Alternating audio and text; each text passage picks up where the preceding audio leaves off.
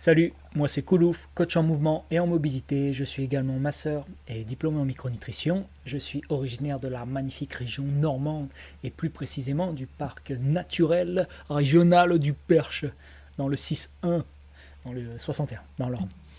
Euh, j'ai grandi assez tôt dans un contexte sportif, notamment par la pratique de plusieurs sports individuels et collectifs. Et parmi ces sports individuels et collectifs, je me suis rompu 3 fois le LCA avec une atteinte méniscale au même genou. Donc 3 ruptures veulent aussi dire 3 anesthésies, 3 chirurgies, 3 reconstructions, 3 rééducations et le passage à l'hôpital un petit peu et puis en centre de rééducation aussi. Et enfin, si j'avais écouté la majorité des professionnels de santé, je n'en serais pas là.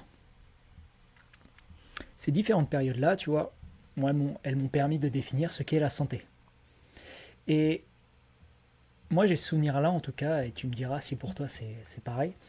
C'est à la période des fêtes de fin d'année, avant le jour de l'an. Tu vois, on est le 31 décembre, minuit sonne, youpi. Tout le monde te dit bonne année, bonne santé. Ben oui. Et toi, tu comprends pas trop, tu sais, quand t'es gamin, la bonne année et surtout la bonne santé. Et trop souvent, malheureusement, on accorde l'importance et la notion d'une notion et la valeur d'une notion une fois qu'on l'a perdue, ou du moins égarée. En ce sens, grâce à mes blessures et non à cause de mes blessures, j'ai pu identifier ce que représente la santé à mes yeux. Et tu vois, si je devais la définir, ce serait pouvoir marcher et courir sans douleur, et par extension, avoir un corps sans douleur et fonctionnel.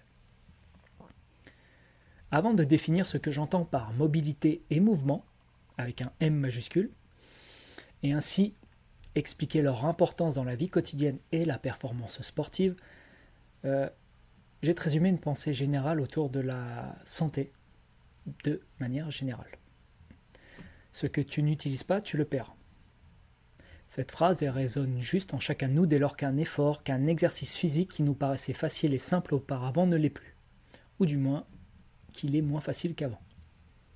Que cette réalité, elle se manifeste par de la raideur, des tensions excessives, une tendinopathie, de l'arthrose ou d'un mal de dos, ces résultats désagréables, voire douloureux à terme, sont très souvent conduits par l'aboutissement de plusieurs années à répéter les mêmes postures, les mêmes gestes, les mêmes routines, les mêmes patterns de mouvement.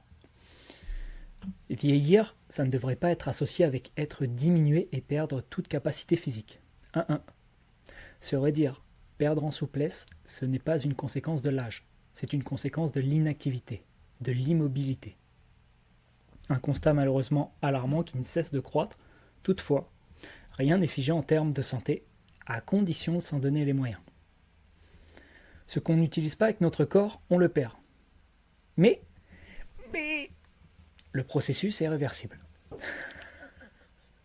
La mobilité, elle se réfère à la capacité d'un individu à déplacer efficacement et sans restriction ses articulations à travers une gamme complète de mouvements. Le mouvement, c'est une approche holistique et originale de l'activité physique qui repose notamment sur 3 fondations, la locomotion, le jeu et la longévité. Si on va un peu plus loin, le mouvement va rechercher et permettre le développement de la gamme, l'amplitude complète des capacités physiques et motrices du corps humain en favorisant l'aspect ludique et le développement de l'autonomie du pratiquant, de la pratiquante. Ceci dans un objectif de quoi ? De longévité, de santé à long terme. Autrement dit, tu peux considérer le mouvement comme le niveau 2 de la mobilité. Le niveau 2 de la mobilité, pourquoi ? Parce que on va aller traduire de manière dynamique tout ce qu'on a appris à faire avec notre corps. Donc c'est une expression dynamique de la mobilité traduite, entre autres, par la locomotion ou l'art de déplacement au sol, incluant et travaillant en synergie la force, la mobilité, la souplesse, la coordination et la conscience corporelle. Voilà pour cet épisode où je voulais faire un point et une distinction entre mobilité et mouvement. Si l'épisode t'a plu, n'hésite pas à liker si tu es sur YouTube ou à mettre une note, une étoile, enfin une note de 5 étoiles si c'est possible sur Spotify. Et puis on se dit à très vite dans un prochain épisode. Cœur sur toi et à très vite. Bye.